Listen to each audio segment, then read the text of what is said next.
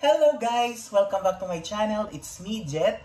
So for today's video, ayan, nandito ulit wala tayo sa ating Jet Kitchen. Ayan. So for today's video, tuturuan ko kayo kung paano mag-boiled ng egg. Ayan, kung paano ba yung proper way na mag-boiled ng egg.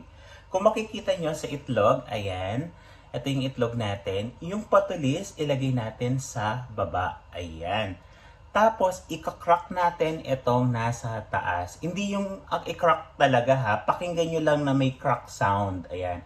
Pukpukin lang natin ng kutsara. Ayan.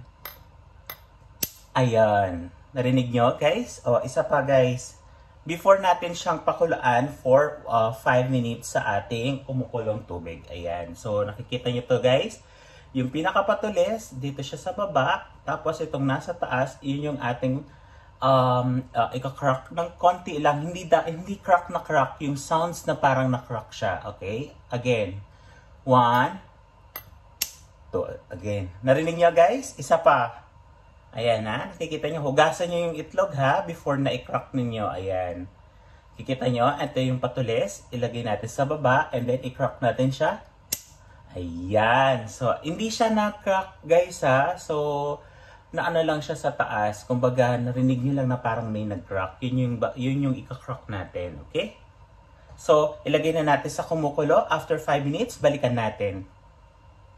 Ayan. So, after 5 minutes, ayan, ito na ang ating itlog. Kung makikita nyo or mapapansin nyo, hindi nag-crack or hindi lumabas yung white egg doon sa ating ayan sa ating pinagkuluan. Ayan. So check natin isa-isa or check natin siya kung perfect ba ang pagkakaluto niya. Ayan guys. So eto na siya. So after nung boiling natin, ilagay natin siya sa medyo malamig na tubig. Ayan. So i-check lang natin siya kung perfect ba pag binalatan natin siya. Wow guys. Believe me. Ngayon ko lang ito na-discover sa tagal ko nagbo-boil ng egg. Yung procedure na pag-crack niya, ito, perfect, steaming pa. I-cut natin siya. Kung talaga ba siya naluto sa loob, ayan, napaka-perfect. Oh, wow, ayan. So, steaming pa talaga siya, guys. Oh.